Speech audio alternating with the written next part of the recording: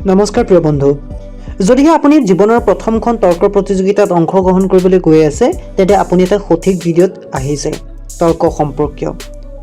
আমি আৰম্ভ কৰিম তৰ্ক কি সেই বিষয়টোৰ পৰা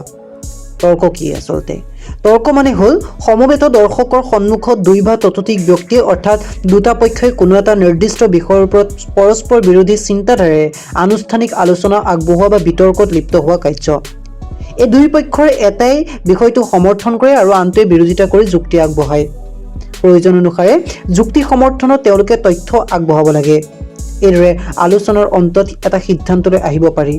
যুক্তিৰ আধাৰত যিটো দৃষ্টিভংগী তুলনামূলকভাৱে গ্ৰহণীয় বুলি প্ৰমাণিত হয় বা যিটো পক্ষই নিজৰ চিন্তাধাৰাটো সত্য বুলি পতিয়ন নিয়াব পাৰে সেইটো পক্ষৰে জয় হয় তৰ্ক আৰু দ্বন্দ্ববাদ অৰ্থাৎ তৰ্ক কেনেবাকৈ দ্বন্দ্ব হয় নেকি এই তৰ্ক আৰু দ্বন্দ্ববাদৰ মাজৰ পাৰ্থক্য কি তৰ্কত এটা পক্ষই চিন্তাক যুক্তিৰে সম্পূৰ্ণকৈ নাকচ কৰি আনটো চিন্তাধাৰাৰ শ্ৰেষ্ঠতা প্ৰতিপন্ন কৰাৰ প্ৰয়াস কৰা দেখা যায় কিন্তু দ্বন্দ্ববাদে কোনো এটা পক্ষকে সম্পূৰ্ণকৈ নাকচ কৰি নিদিয়ে বৰঞ্চ দুইটা পক্ষৰ চিন্তাধাৰাৰ আধাৰত এটা উচ্চ পৰ্যায়ৰ ধাৰণা বা গ্ৰহণযোগ্য সত্যত উপনীত হোৱাৰ চেষ্টা কৰে যদিহে আপুনি এজন শিকাৰু তেন্তে আপুনি জনাটো দৰকাৰ যে আধুনিক ভাৰতত তৰ্ক প্ৰতিযোগিতা কেনেদৰে আৰম্ভ হৈছিল বা আধুনিক ভাৰতত তৰ্ক প্ৰতিযোগিতাৰ ধাৰণাটো কেনেদৰে আহিছিল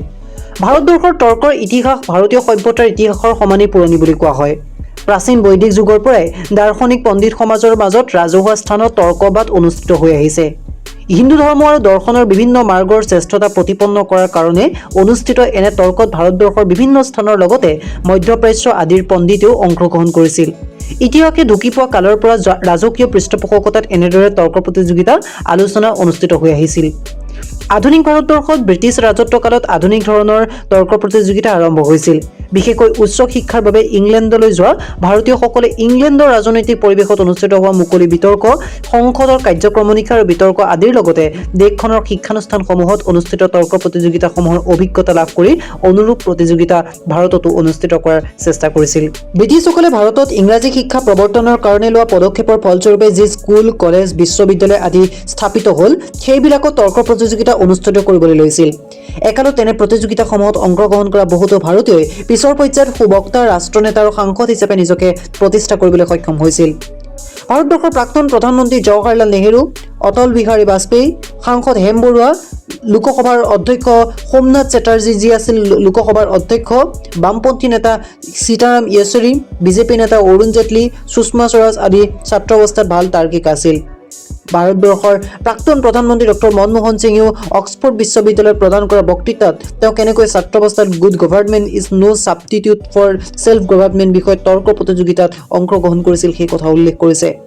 এইদৰে ব্ৰিটিছৰ ৰাজত্বকালতে ভাৰতবৰ্ষত আধুনিক আৰ্হিৰ তৰ্ক প্ৰতিযোগিতা অনুষ্ঠিত হৈছিল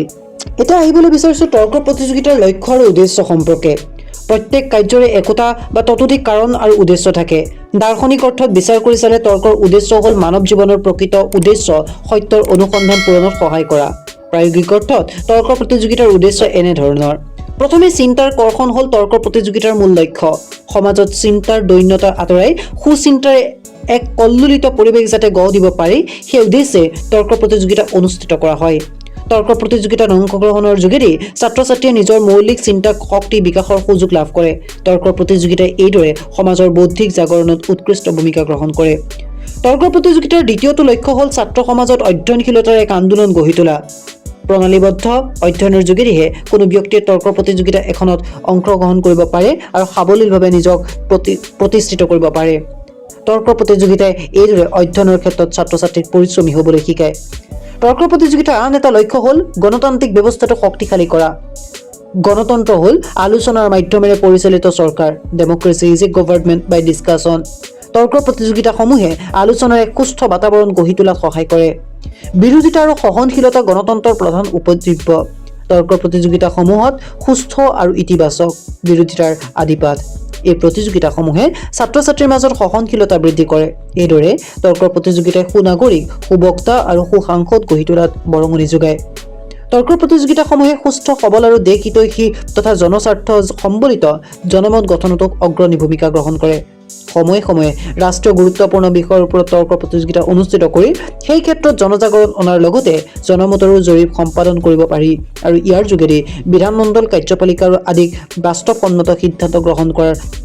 পথৰ সন্ধান দিব পাৰি তৰ্ক প্ৰতিযোগিতাই এইদৰে সমাজক পথ নিৰ্দেশনা দিব পাৰে এই আছিল তৰ্কৰ প্ৰতিযোগিতাত নতুন যিসকল তাৰ্কিকে অংশগ্ৰহণ কৰিব বিচাৰে বা শিকাৰুসকলৰ বাবে এটা সৰু ভিডিঅ' তৰ্কৰ ধাৰণা সম্পৰ্কীয় অৰ্থাৎ আমি এইটো ভিডিঅ'ত আলোচনা কৰিলোঁ তৰ্ক কি আচলতে তৰ্ক কেনেদৰে আৰম্ভ হৈছিল তৰ্কৰ প্ৰতিযোগিতা আধুনিক ভাৰতত তৰ্কৰ প্ৰতিযোগিতাৰ ইতিহাস সম্পৰ্কে অধ্যয়ন কৰিলোঁ সমান্তৰালভাৱে আমি চালোঁ যে তৰ্কৰ প্ৰতিযোগিতাৰ লক্ষ্য আৰু উদ্দেশ্যসমূহনো কি কিয় আমি তৰ্কৰ প্ৰতিযোগিতা কৰিম বা কিয় তৰ্ক কৰিব লাগে